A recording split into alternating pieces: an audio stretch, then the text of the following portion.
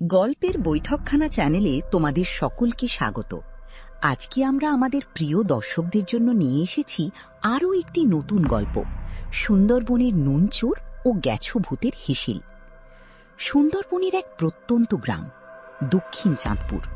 চারদিকে ম্যানগ্রোভ জঙ্গল, কাঁকড়া আর কুমিরের ভয়, আর মাঝে মাঝে রয়্যাল বেঙ্গল টাইগারের হানা। গ্রামের মানুষজন অভ্যস্ত এই ভয়াবহতার সঙ্গে, কিন্তু কিছুদিন ধরে নতুন এক আতঙ্ক ছড়িয়ে পড়েছে, নুন চোর। প্রতিদিন রাত হলেই কারো না কারোর ঘর থেকে নুন, লবণ উধাও হয়ে যাচ্ছে। চাল, ডাল, টাকা পয়সা কিছুই চুরি হচ্ছে না, শুধু নুন। গ্রামের লোকেরা প্রথমে বিষয়টাকে তুচ্ছ ভেবেছিল, কিন্তু যখন প্রায় প্রতিটি ঘরে একই ঘটনা ঘটতে লাগলো, তখন সবাই ভয় পেতে শুরু করলো। তার উপর আবার নতুন গুজব, জঙ্গলের ভেতরে এক গেছো ভূত নাকি নিজের হেঁসেল চালায়, আর সেই ভূতের নাকি নুনের খুব প্রয়োজন। এই গ্রামে শহর থেকে এলো এক তরুণ, নিলয়। সে একজন গবেষক, সুন্দরবনের জীব বৈচিত্র্য নিয়ে কাজ করতে এসেছে।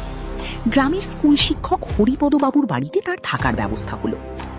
প্রথম রাতেই সে শুনল নুন চোরের গল্প। হরিপদবাবু বললেন, বাবা, এইসব ব্যাপারে বেশি মাথা ঘামাস না, এই জঙ্গল অনেক রহস্য লুকিয়ে রেখেছে। কিন্তু নিলয় কৌতূহলী, সে সিদ্ধান্ত নিল এই রহস্যের মূলে পৌঁছবে। এক রাতে নিলয় নিজেই পাহারা দিতে বসল। রাত গভীর হতে লাগলো, চারদিক নিস্তব্ধ। হঠাৎ সে দেখতে পেল জানালার কাছে একটা ছায়া। ছায়াটা ধীরে ধীরে ঘরে ঢুকল আর সোজা গিয়ে নুনের বয়ামের দিকে হাত বাড়ালো। নিলয় টর্চ জ্বালাতেই ছায়াটা মিলিয়ে গেল, কিন্তু মেঝেতে পড়ে রইল কিছু অদ্ভুত পায়ের ছাপ, মানুষের মতো, আবার ঠিক মানুষও নয়। পরদিন সকালে নিলয় সেই পায়ের ছাপ অনুসরণ করে জঙ্গলের ভেতরে ঢুকল। অনেকটা পথ যাওয়ার পর সে দেখতে পেল একটা পুরনো ভাঙাচোরা কুঁড়ে ঘর। ঘরের ভেতর থেকে আসছে ধোঁয়া আর রান্নার গন্ধ। নিলয় সাহস করে ভেতরে উঁকি দিল, আর যা দেখল তা দেখে তার শরীর ঠান্ডা হয়ে গেল। একটা অদ্ভুত চেহারার সত্তা, গাছের ডালের মতো হাত, শরীর কাদায় মাখা, চোখ দুটো লালচে। সে রান্না করছে। নিলয় ভয় পেলেও নিজেকে সামলে নিয়ে বলল, তুমি কে? সত্তাটা ঘুরে তাকালো, তারপর আশ্চর্যভাবে শান্ত গলায় বলল, আমি এই জঙ্গলের রক্ষক। মানুষ আমাকে গেছো ভূত বলে ডাকে। নিলয় অবাক, ভূত কথা বলছে? ভূতটি বলতে শুরু করলো, অনেক বছর আগে আমি ছিলাম একজন কাঠুরে। জঙ্গলে গাছ কাটতে কাটতে একদিন বাঘের আক্রমণে মারা যাই। তারপর থেকেই আমি এই জঙ্গলের আত্মা হয়ে আছি। নিলয় জিজ্ঞেস করল, তুমি নুন চুরি করো কেন? গেছো ভূত একটা দীর্ঘশ্বাস ফেলল। এই জঙ্গলের প্রাণীরা অসুস্থ হয়ে পড়ছে, মাটিতে নুনের অভাব।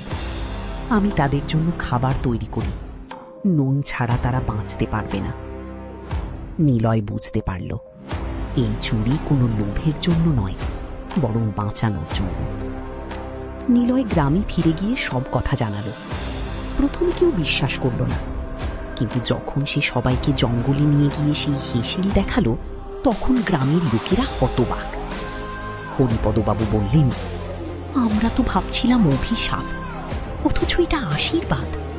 গ্রামের মানুষরা সিদ্ধান্ত নিল তারা নিজেরাই নিয়ম করে কিছু নুন জঙ্গলে রেখে আসবে, যাতে আর চুরি করতে না হয়।